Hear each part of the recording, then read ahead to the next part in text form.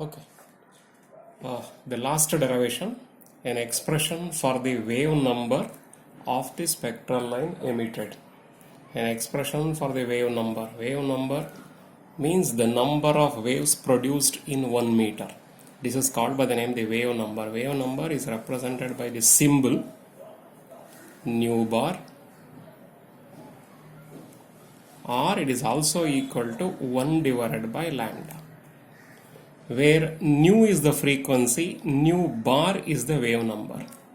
If I am considering nu, this is the frequency, nu bar is said to be the wave number, lambda is said to be the wavelength. Lambda is the wavelength, nu is the frequency, nu bar is the wave number. These are the symbols. Now, how it is said to be? Now, already we are aware of three derivations: radius, velocity, energy. I will take up the energy relation. The energy relation, it represents the energy of an electron in the nth Bohr orbit is given by En is equal to minus m z square e to the power 4 divided by 8 n square h square epsilon naught square. This is last derivation we have come across, and we have derived this equation where m is the mass of the electron, z is the atomic number, e is the electron charge, n is the principal quantum number or orbital number 1, 2, 3, 4, etc. h is the Planck's constant, epsilon naught is called by the name the absolute permittivity for the free space. Under electrostatics you are going to study. So energy of the electron in the nth orbit is given by this. Now let me consider this is the nucleus. The charge of the nucleus is plus Ze. Electron may be present in the first orbit or may be present in the second orbit. This is the second orbit, and this is said to be the first orbit. If the electron is present in the second orbit, I will going to take this is N2 here, and I will take this one is N1. N1 is the first orbit, N2 is the second orbit. If the energy of this one is equal to E2 here, energy of this one is equal to E1. This one in the sense, energy of the electron in the second orbit is E2, electron energy in the first orbit N1 is equal to E1. Let us consider electron is jumping from second orbit to first orbit. Therefore, energy is liberated according to Bohr's theory. Energy is liberated in the form of radiation. That radiation energy, radiation emitted in the form of frequency here. I said already in the form of frequency, or you can write in the form of wavelength. The electron is transiting. The electron transits. Electron jumps from higher energy to lower energy. Energy is liberated. So therefore, E2 minus E1 is equal to h nu. E2 minus E1 is equal to h nu. This is Bohr's postulate. Already aware of this Bohr's postulate, we know this. Now I will apply this relation for E1 and I will apply the relation for E2. Wherever this relation is present, this relation is present here. I will going to substitute here. Wherever En is there, okay, I will going to substitute E1. Wherever n is present here, I will going to substitute n is equal to n1. N1 orbit, energy is E1. N1 orbit, energy is E1. N1 orbit, energy is E1. Wherever En is there, I will substitute that one as E2, provided wherever n is there, I have to do the substitution as n2.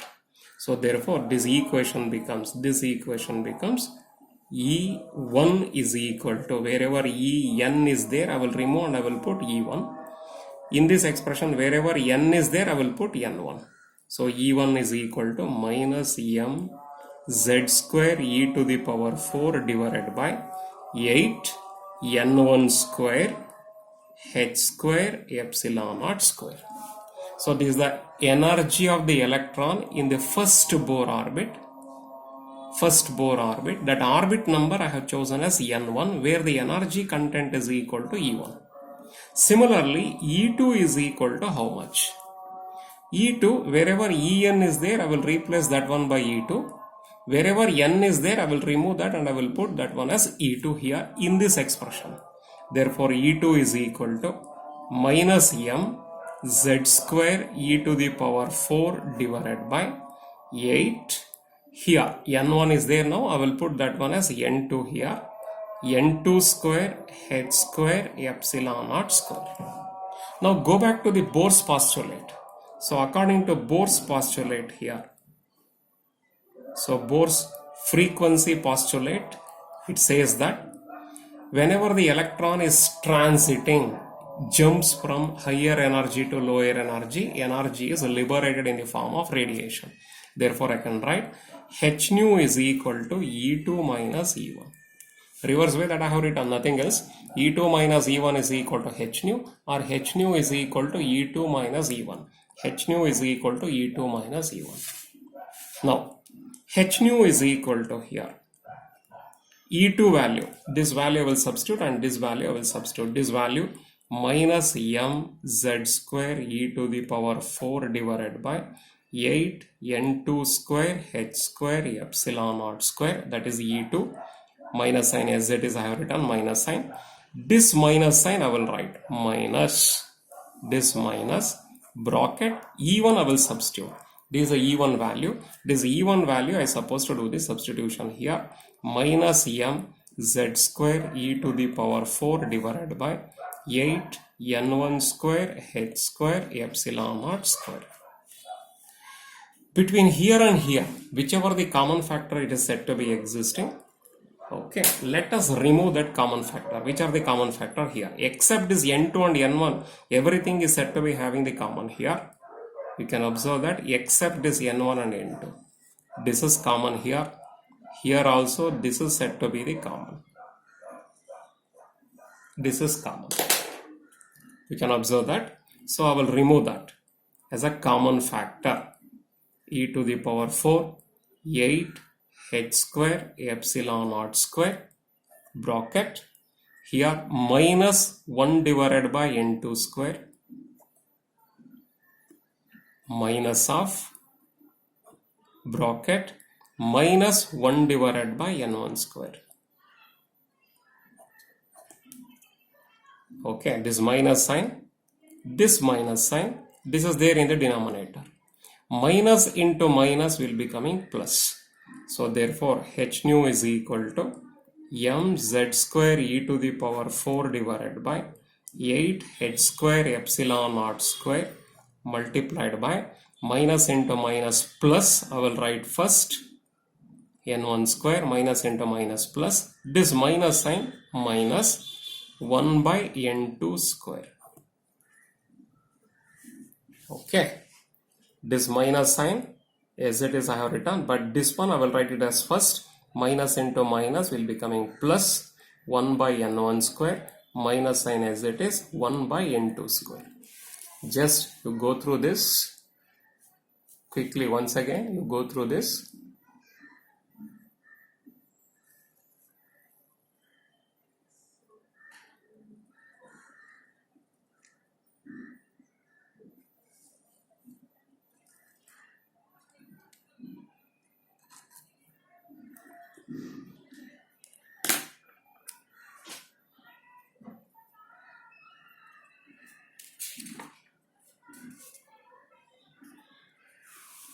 See that?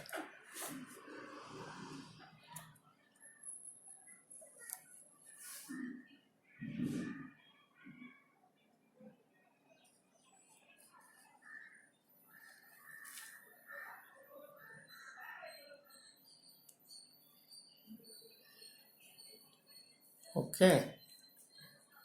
I will take up the next page now. So what is happening here? So here previous derivation, previous step is said to be h nu is equal to m z square e to the power 4 divided by 8 h square epsilon naught square multiplied by 1 by n1 square minus 1 by n2 square. This one I supposed to do the substitution here. I don't want this h. I want this frequency only. H I will take it to the denominator.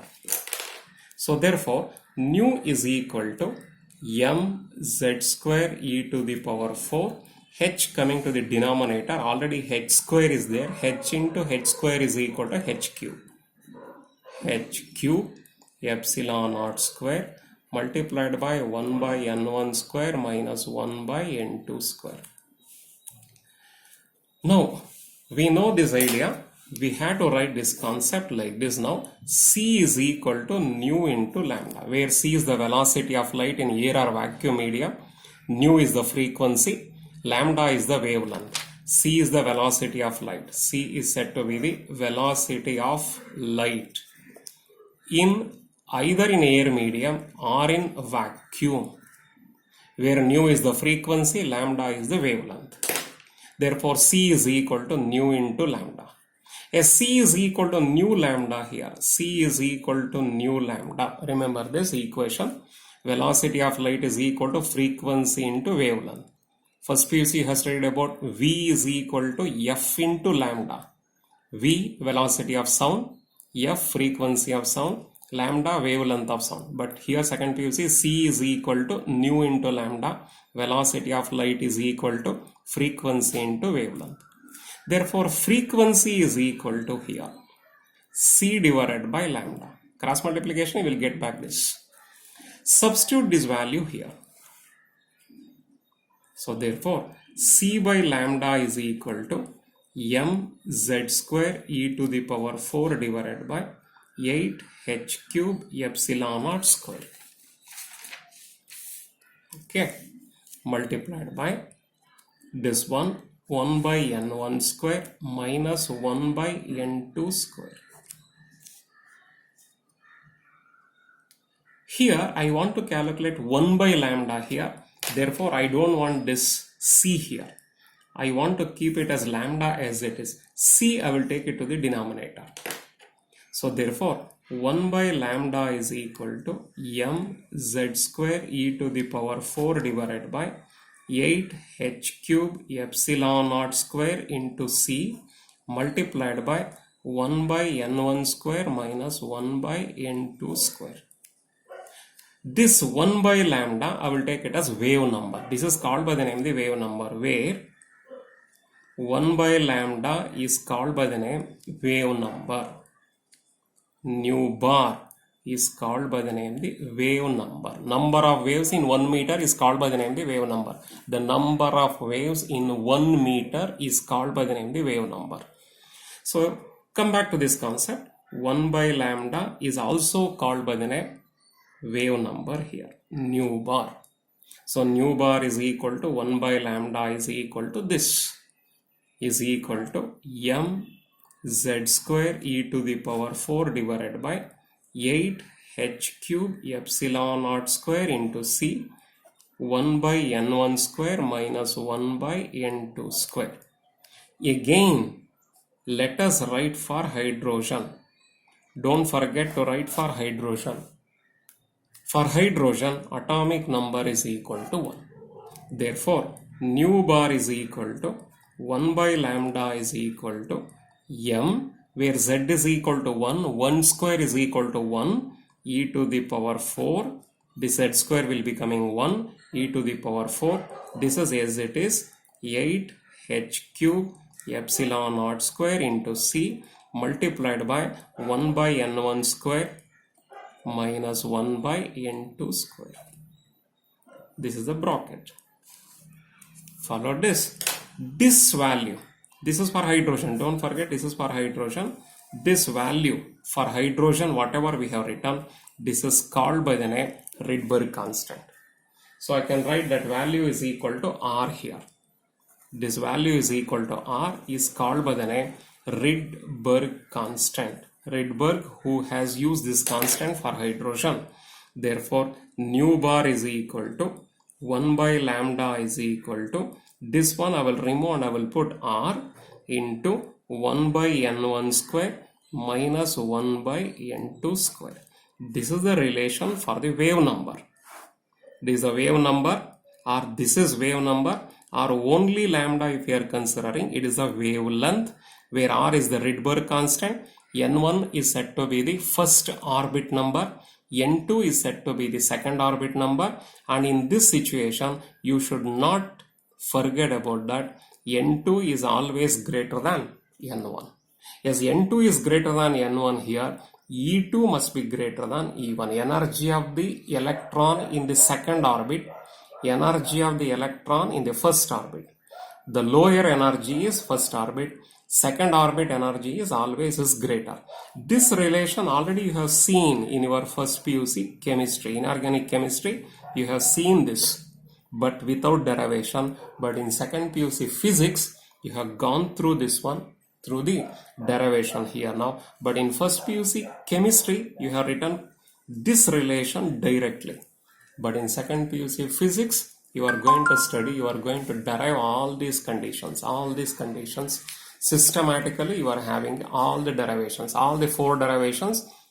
It is completed now. One is the radius, second one is the velocity, third one is said to be the energy of the electron in the nth Bohr orbit, fourth one is said to be this wave number or wavelength of the emitted radiation whenever the electron is jumping from one orbit to another orbit. This is the relation. You should not forget about this one.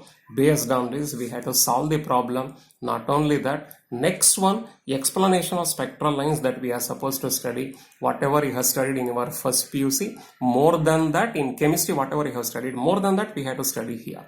In physics, that we are supposed to study in detail about all these concepts. Okay, just once again you can go through this, see that any doubt is there,